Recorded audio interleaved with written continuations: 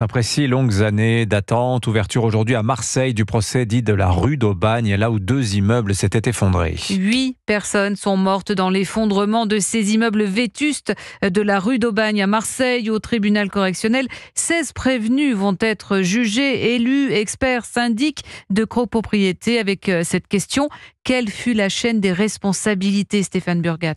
C'est un rescapé, habitant d'un de ces immeubles. Iman est parti tôt ce matin-là, mais sa mère n'a pas eu cette chance. Je me considère miraculeux parce que ça se joue à quelques minutes. Tous les problèmes qu'on rencontrait dans l'immeuble, on les faisait remonter. On avait le syndic qui habite à 2 pas, même pas qui viennent constater les dégâts. Mais quand il s'agit de venir chercher le loyer, là, il y a toujours quelqu'un qui vient. Sur le lieu des effondrements ne reste aujourd'hui qu'un trou béant et une plaque afin de ne pas oublier les 8 victimes. C'est pourquoi la fondatrice de Marseille en colère, Kauter Ben Mohamed, attend des peines exemplaires. L'immeuble avait bougé, il y avait des fissures, il y avait des bruits de craquellement. Et lorsque les pompiers sont venus 3 semaines avant l'effondrement, ils ont évacué la totalité des habitants par l'échelle. Et quand on sait que la ville de Marseille a décidé de faire réintégrer ces personnes, on ne peut parler que de négligence, voire d'un homicide involontaire et en tout cas d'une mise en danger délibérée de la vie d'autrui. Ce drame a également révélé l'ampleur de l'habitat indigne. Ici, 25 marchands de sommeil ont ainsi été condamnés ces 4 dernières années. Marseille, Stéphane Burgat, Europe 1.